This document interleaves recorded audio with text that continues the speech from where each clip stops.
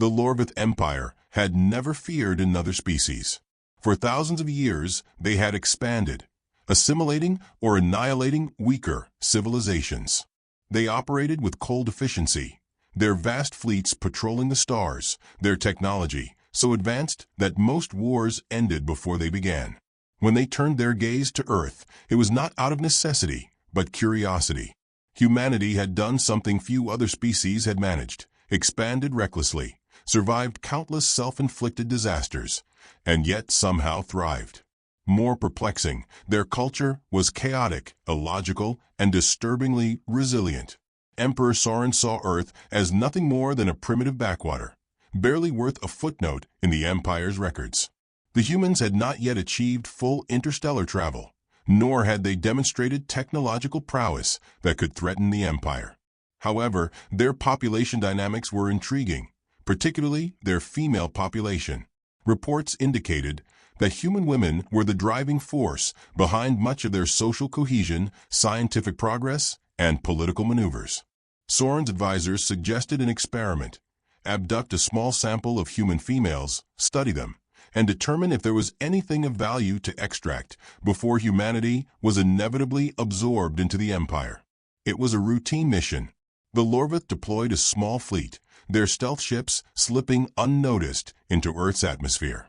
In the dead of night, 20 women were taken from various locations: a corporate executive from New York, a Texan bartender, a software engineer from Silicon Valley, a combat medic stationed overseas, a retired Olympic athlete, a single mother, a scientist, a high school teacher, and several others who, in the grand scope of interstellar politics, should have been insignificant.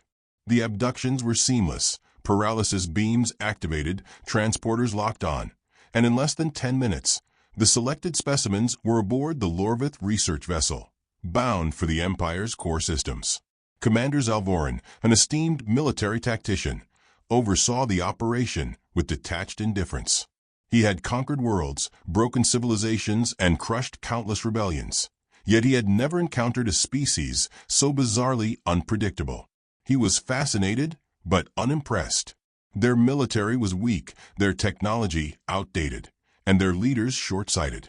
This would be a clean study followed by a simple integration into the Empire structure. The women awoke in sterile, dimly lit cells, the walls a seamless black metal that absorbed all sound. The Lorvith had expected fear, panic, perhaps submission. Instead, what they got was something else entirely. A woman groaned and sat up, rubbing her head. Jesus, what the hell? Did I black out at a bachelorette party again? She blinked, looking around at the others. Oh nope. Alien abduction. Cool. Just another Tuesday. Another woman, a redhead in a leather jacket, paced along the wall, running her hands over the seamless metal. Damn. No seams, no doors. Looks like high-tech prison vibes. She turned to the others. Anyone got a bobby pin? Maybe a hair clip? I can probably pick a lock if we find one. A short, wiry woman in glasses adjusted them and frowned. I don't think this place even has a lock. This is some next-level sci-fi stuff. She pushed her glasses up, then crossed her arms. I work in quantum computing, and I'm 90% sure we are inside something way beyond our understanding. The Lorvith scientists observed the humans through invisible scanners, taking notes. Already, the data was perplexing. Unlike most species, these women were not reacting uniformly. Some were trying to communicate, others were testing the limits of their containment, and at least one was attempting to take a nap. One scientist hesitated, glancing at his superior. They are unfazed. It is simply delayed shock, the senior scientist dismissed. Humans are primitive. They will realize their situation soon. Inside the containment area, a blonde woman with an authoritative air examined the small, metallic device embedded in the ceiling. That's a camera or something similar. They're watching us. A woman in a NASA hoodie sat cross-legged on the floor. Hey aliens, you want to at least tell us why we're here? Maybe feed us? This is bad kidnapping etiquette. Another woman smirked. Seriously, no snacks? No courtesy drinks? Are we not VIPs? The Lorvith were growing uneasy. The women should have been afraid. They should have been demanding their release, breaking down, showing signs of submission. Instead, they were cracking jokes, analyzing their surroundings, and, most troubling, appearing utterly unimpressed. Commander Zalvorin watched with growing frustration. Initiate behavioral conditioning protocols. Reduce temperature, dim lighting. Introduce controlled auditory discomfort. They must recognize their powerlessness. Minutes later, the environment changed. The temperature dropped, the lights flickered to a dim red, and a low, dissonant hum vibrated through the room. Most species found this deeply distressing. The redhead rolled her eyes. Oh great, mood lighting and white noise. What is this, a low-budget haunted house? The bartender stretched, yawning. If they're trying to mess with us, they're gonna have to try harder. My ex was a sound engineer. I can sleep through a whole damn EDM festival. The scientist in glasses sighed. Do they not realize humans literally pay money for sensory deprivation tanks? This is like a spa. The Lorvith technicians were baffled. They recalibrated, increasing the discomfort, but the results were the same.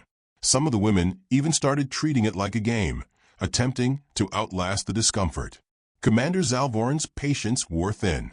He motioned to his officers. Separate them. Isolation will break them. One by one, the women were transported to individual chambers. For a brief moment, there was silence. Then, the walls reverberated with the sound of something unexpected. A voice, distorted through the intercom, filled the research station. This is a test of the emergency broadcast system. In the event of a real emergency, you would be advised to panic. The command center erupted into chaos. The women had somehow gained access to the communication systems. Commander, they have overridden security. Zalvorin clenched his fists. Impossible. On the station's primary monitor, the mainframe had been hacked. A video feed appeared, one of the abducted women staring directly at the camera, smirking. Oh hey there, space fascists. Quick question. How's it feel to be out-hacked by a couple of Earth girls with zero experience in alien technology? She leaned closer. I found your password, by the way. It was literally Lorvith 123. Pathetic. Across the station, alarms blared as critical systems faltered. The women had triggered a cascade failure across multiple decks, releasing automated maintenance bots that now regarded the Lorvith as hostile. One of the scientists turned pale. They are dismantling the station's infrastructure. Commander Zalvorin's rage boiled over.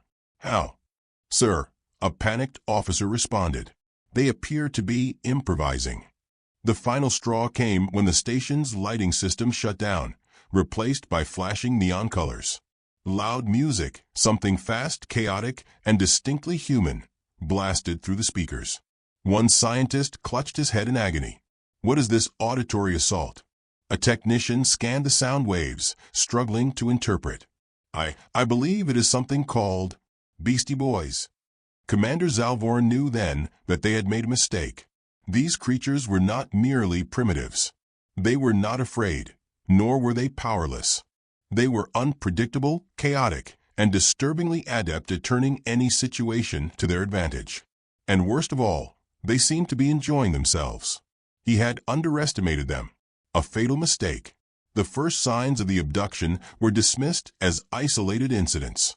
News reports trickled in about missing persons, but Earth was a planet of billions, and disappearances were tragically common. However, when video footage surfaced grainy but unmistakable of glowing ships snatching people from city streets, the internet exploded. At first, the world reacted as it always did, with memes. Aliens, if you're watching this, take Jeff from accounting next. Dude steals lunches. First contact. And y'all abduct 20 women? Bro, you're about to start intergalactic Rambo. The levity lasted only hours. When governments pieced together that the missing individuals had been taken from vastly different locations, patterns emerged. Nations that rarely cooperated suddenly found themselves sitting at the same table, forced into alliance by an enemy they had never prepared for. And when it was confirmed that all the abductees were women, the tone shifted from curiosity to outrage. The United Nations, NATO, and even historically neutral states convened in a classified emergency summit. Analysts from every field examined the situation, but without direct communication from the abductors. Conclusions were speculative.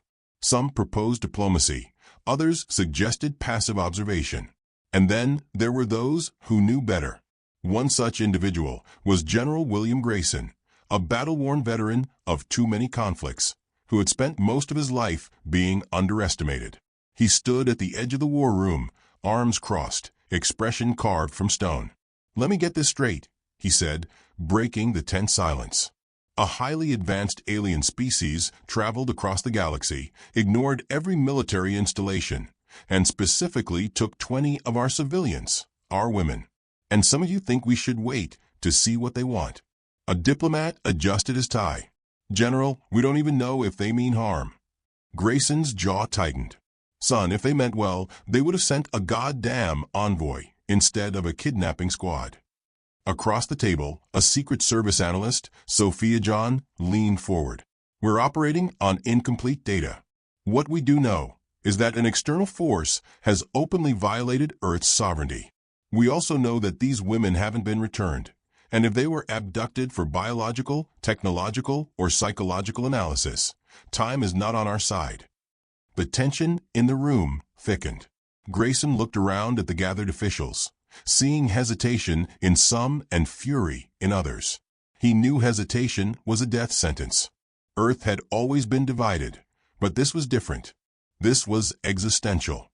"We hit back," he said. "Hard." There were murmurs, protests from those who still clung to diplomacy. It was the President of the United States who finally spoke, quiet but firm. "Do we have the capability?" John glanced at Grayson, then at the assembled intelligence officers. She took a breath. "More than you think." For years, Earth had been preparing, not for aliens, but for war among themselves. The most classified black projects weren't in public military records. They were buried beneath layers of secrecy, so deep that only a handful of individuals knew of their existence. Humanity had spent decades developing experimental spacecraft, reverse engineering questionable materials from the wreckage of unidentified aerial phenomena. These were projects dismissed as conspiracy theories by the general public. Now, they would be humanity's first and only line of defense. Grayson turned to John. "How fast can we launch?" "If we mobilize immediately, less than 72 hours. That wasn't enough. Every second their people were in enemy hands, the risk of something irreversible happening increased. Grayson clenched his fists. "Then we need to move faster." The operation, codenamed Iron Fist, was unlike anything Earth had attempted. There was no precedent for interstellar war. The leading scientific minds were pulled into high-security installations, engineers and pilots briefed on technology they had never expected to use in real combat. While traditional military leaders grappled with the scale of what was happening, those who had been dismissed as fringe thinkers suddenly found themselves at the center of history. The fleet that emerged from Earth's classified hangars was small but lethal. The first wave comprised 3 retrofitted spacecraft, armed with railguns, experimental energy disruptors, and reinforced plating. Their primary objective was recon, find the missing women, assess the enemy, and return with intelligence. But a secondary directive loomed unspoken. If there was even a hint of hostility, they were to show these aliens exactly what humanity was capable of. The world watched in silence as the fleet launched. For the first time, war had left Earth's surface and reached beyond the atmosphere. Meanwhile, on the Lorvith vessel, the abducted women were making an impression their captors had not anticipated. On the bridge of the research station, Commander Zalvoran's patience had evaporated. He had faced insurgencies, military coups, planetary rebellions, but nothing had prepared him for dealing with a species so defective. "They do not respond to conditioning," one of his officers reported, looking thoroughly disheartened. "Attempts to isolate them have resulted in increased resistance.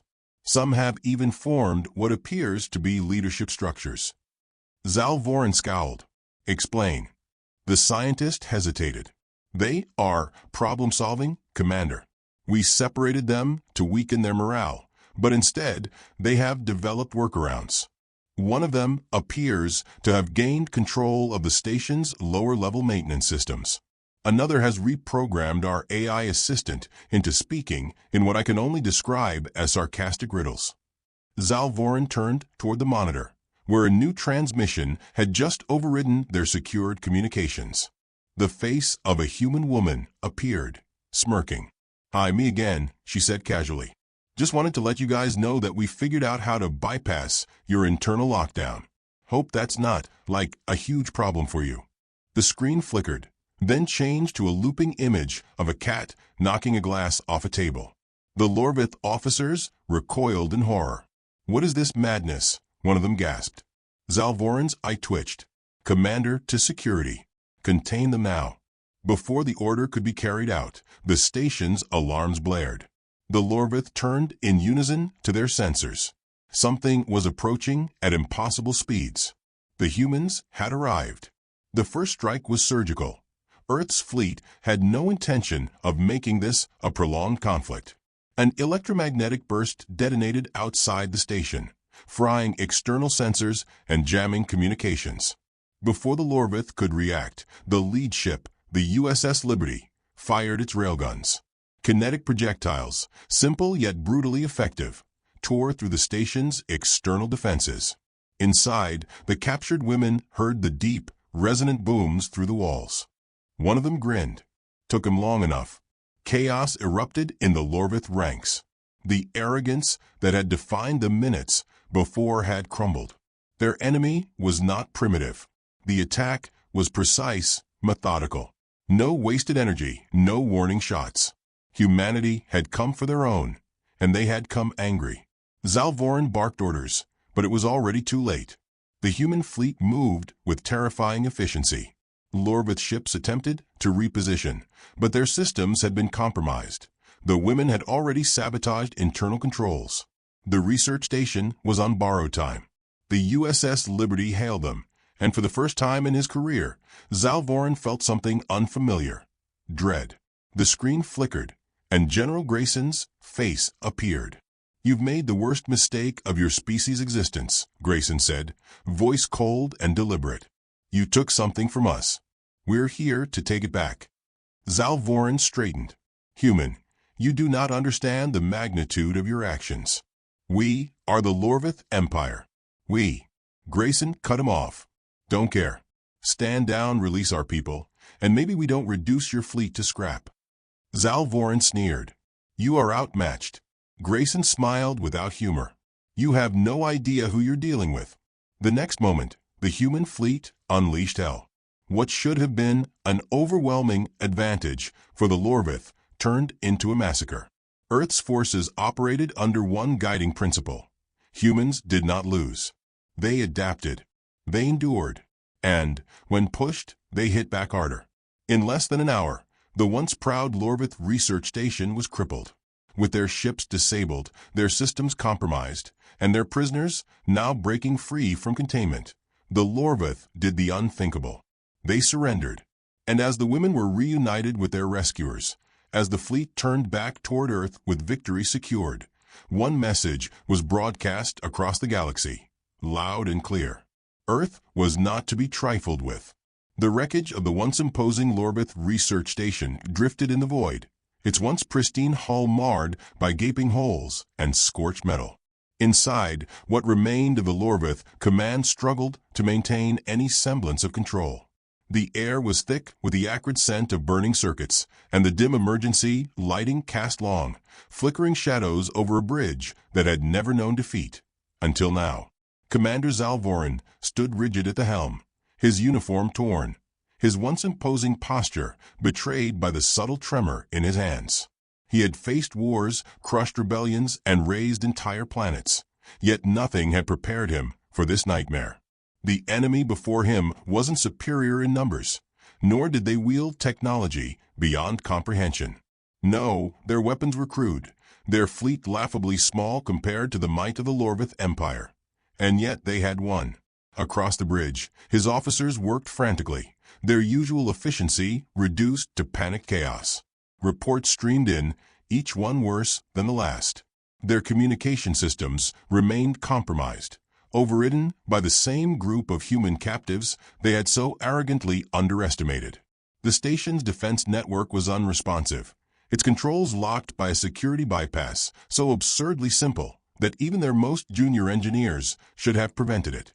And to top it all off, their internal sensors now played an endless loop of what humans called karaoke night, featuring one of the captives belting out a warbling rendition of Livin' on a Prayer. It was an indignity beyond comprehension.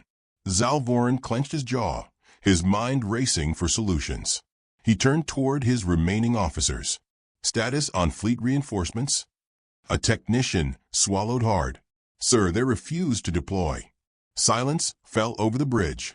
Zalvorin's eyes narrowed. Repeat that.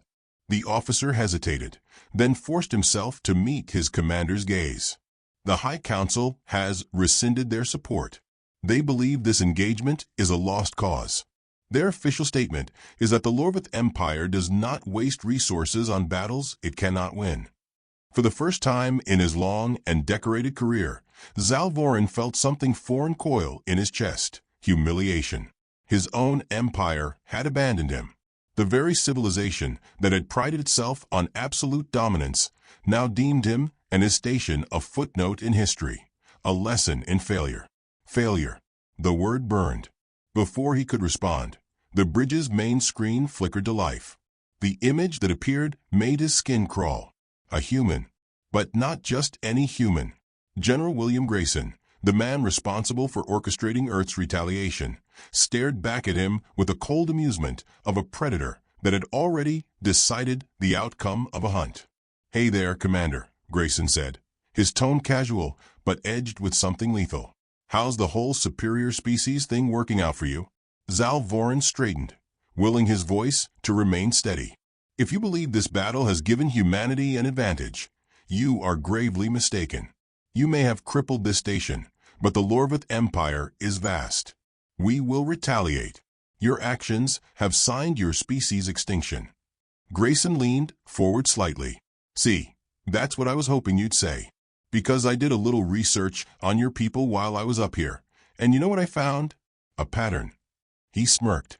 "You love conquest, but you hate high-risk engagements. The moment a fight stops being convenient, you pull out. And judging by how your reinforcements just bailed on you, I'd say that's exactly what's happening now." Zalvorin felt a cold pit settle in his stomach. Grayson continued, as if he were merely discussing the weather. "So here's what's going to happen. You're going to surrender. Publicly. You're going to transmit a message back to your leadership, confessing that you got your asses handed to you by a species you thought was nothing more than an inconvenience. Then you're going to release every single human you've ever abducted. Yeah, we checked your records. This ain't your first rodeo. And in return, we might consider letting you limp back to whatever's left of your dignity." Zalvorin's hands curled into fists. "You overestimate your leverage. The Empire does not bow to demands." Grayson sighed and shook his head. "And I was really hoping you'd say that." The bridge trembled as a new barrage of railgun fire struck the station, precise and controlled. Warning sirens blared as the already compromised structural integrity of the facility reached critical levels. "That was a courtesy shot," Grayson said. "Next one? I let my boys in the USS Liberty pick their own targets. And let me tell you, they're feeling real creative." Zalvorin's mind raced. He had no fleet, no reinforcements, no viable means of escape. Even if he managed to somehow rally what was left of his forces, the humans had already proven themselves far too unpredictable. No species had ever fought like this, not just with weapons, but with sheer, reckless audacity. The humans were insane. And worse, they were winning. A second blast rocked the station. Zalvorin looked at his officers, saw the resignation in their eyes. His pride screamed at him to resist, to fight to the bitter end. But logic, the same cold, calculated logic that had guided the Lorvith for millennia, told him the truth. This war was already over. He exhaled slowly, then turned back to the screen. "What are your terms?" Grayson smiled. "Knew you'd come around." Hours later, across the galaxy, the transmission was sent. The Lorvith High Council received the report in stunned silence. The unthinkable had happened, a human victory. The Empire's forces had not only been defeated, but humiliated. The surrender message, broadcasted across multiple systems, painted a grim picture, one that would not be easily erased. The implications rippled through the Empire. Their supposed dominance had been challenged, their military exposed as fallible. For the first time in history, planets under Lorvith rule rebelled. Civil unrest spread like wildfire. The Empire, once an unshakable force, now faced internal fractures. And at the center of it all stood Earth. A species once deemed insignificant had struck a blow so profound that it altered the balance of power in the known universe. Back on Earth, the returning fleet was met with roaring crowds, celebrations spanning continents. The 20 women who had been taken were no longer just survivors. They were legends. The media scrambled to interview them, Hollywood lined up film deals, and social media immortalized their antics aboard the Lorvith station. One of them, a woman named Sarah Lennox, stood at the steps of the White House, speaking before a live audience of millions. She grinned, leaning toward the microphone. Note to any other aliens thinking about messing with Earth: don't. The crowd erupted. Humanity had done more than win a battle. They had changed the galaxy forever. And somewhere in the farthest reaches of space, a new species, one that had been watching from the shadows, re-evaluated its plans. Earth had been a target. Now it was a threat. The Lorvith Empire had fallen into silence. The once feared conquerors, the architects of interstellar dominance, had lost their first war. Not to an equal, not to an empire of greater strength, but to humans. The ripple effect spread like a shockwave across the galactic sphere. Where once the Lorvith name had inspired terror, it now carried something far worse: mockery. Their defeat had become legend, retold in whispers and laughter among the lesser species that had once cowered beneath their rule. Civilizations that had spent centuries submitting to Lorvith dominion began to rethink their allegiance. Rebellion sparked across their occupied worlds, fueled by the simple, undeniable truth: if Earth could defy them, then perhaps they were not invincible. And Earth changed. The victory had made them more than just a species confined to their homeworld. They had proven themselves a force that could no longer be ignored. The battle had unearthed secrets long hidden in the depths of black site research labs. Humanity had been far closer to interstellar capability than they had ever let on. With the stolen Lorvith technology now in their hands, what had once been decades of theoretical progress accelerated into months of application. A new era had begun. General William Grayson stood at the edge of a classified military station orbiting the moon, his gaze fixed on the vastness beyond. He had lived through too many wars, seen too much of humanity's capacity for both brilliance and destruction. He had always believed that war was inevitable, but never had he imagined their first true enemy would come from the stars. The doors behind him slid open with a soft hiss. Sophia John entered, a data pad tucked under her arm. They finalized the treaty. Grayson didn't turn. Let me guess. They get to keep their dignity as long as they stay the hell away from Earth. She smirked. More or less. The Lorvith leadership is scrambling to keep their empire from crumbling. They agreed to total non-interference, reparations in the form of their most advanced technological schematics, and this is my favorite part, an official statement that they recognize humanity as a sovereign galactic entity. Grayson chuckled dryly. We just got our invitation to the big leagues. John joined him at the viewport, watching as the first human-made interstellar warship hovered in dry dock. It was crude compared to Lorvith designs, but it was human in a way nothing else in the galaxy could replicate: rugged, adaptable, and built with the knowledge that it would never retreat. You know what this means, don't you? She asked. Grayson sighed. We won't be left alone. The message had already been sent, loud and clear. Humanity had gone from a background noise in the cosmos to a disruptor. And if history had proven anything, it was that power never went unchallenged for long. On Earth, the 20 women who had been abducted were adjusting to their newfound fame. They were no longer just victims, they were icons. Their faces had been plastered across media networks, their stories told and retold until they became myth. Some embraced it. Sarah Lennox had a book deal, a movie in development, and a cult following of conspiracy theorists convinced she was a government plant. Others simply wanted their lives back, though normality seemed impossible now. The United Nations had established an interstellar defense coalition, pooling resources from every major nation to prepare for what came next. It was no longer about protecting Earth. It was about ensuring they were never caught off guard again. In an underground facility deep beneath the Rocky Mountains, an advisory committee met in secrecy. Leaders, scientists, and strategists debated the next steps. Some argued for caution, others for expansion. But one undeniable fact sat at the center of the discussion. They were being watched. The last remnants of Lorvith intelligence had uncovered something unsettling before their defeat. A distant signal, an unknown force monitoring the battle with silent interest. The Lorvith had assumed themselves the pinnacle of power. They had been wrong. And now, in the aftermath of their humiliation, Earth had inherited their place on the galactic stage. Grayson exhaled, the weight of inevitability settling on his shoulders. They know about us now. John nodded. And they'll come. Beyond the solar system, hidden in the void, something ancient stirred. It had watched as the Lorvith fell, as Earth defied its oppressors with reckless audacity. It had seen the resilience, the chaos, the sheer unpredictability that made humanity dangerous. The others had dismissed Earth as irrelevant. But not anymore. The signal pulsed across the dark. Earth had been a target. Now it was a threat.